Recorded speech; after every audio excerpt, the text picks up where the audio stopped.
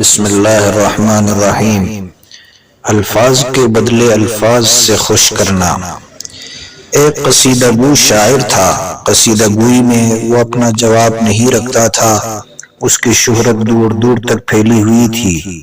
وہ اپنی مہارت اور فن کی وجہ سے شاہی وزراء میں بھی بڑا مقبول تھا۔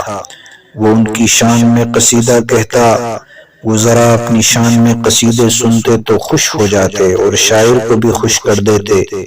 ایک دن بادشاہ نے اس قصیدہ گو شاعر کے متعلق سنا تو اسے بھی شوق ہوا کہ اس سے ملاقات کرے اور اس سے اپنی شان میں قصیدہ سنے۔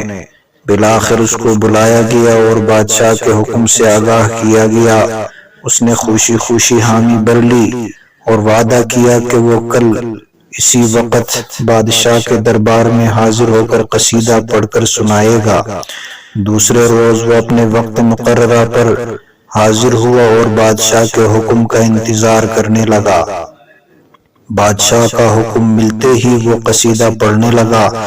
اس کا قصیدہ کچھ یوں تھا: بادشاہ سلامت کا تخت ساتوں آسمان سے بلند ہے، اس میں لگے ہیرے موتی ستاروں سے کم نہیں ہے، وغیرہ وغیرہ۔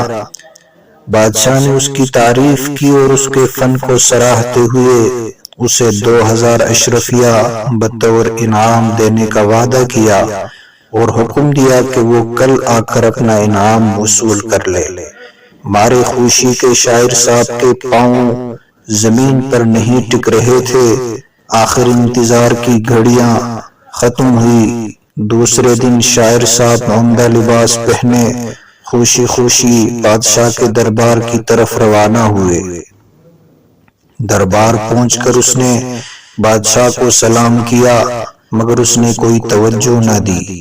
اس نے دوبارہ سلام کیا، پھر بھی بادشاہ نے نظریں نہیں اٹھائی۔ شاعر صاحب یہ دیکھ کر پریشان ہوئے اور عرض کیا، حضور آپ نے مجھے بلایا تھا اور بندہ آپ کے دربار میں حاضر ہے۔ آپ نے مجھے 2000 اشرفیہ دینے کا وعدہ کیا تھا۔ بادشاہ نے نظریں اٹھا کر شاعر کو دیکھا اور شاعر سے مخاطب ہوا، دیکھو تم نے مجھے قصیدہ پڑھ کر سنایا تھا جو محض الفاظ تھے جن کا حقیقت سے کوئی تعلق نہ تھا۔ گویا تم نے مجھے الفاظ سے خوش کرنا چاہا، لہٰذا میں نے بھی تمہیں الفاظ سے خوش کیا، تم جا سکتے ہو۔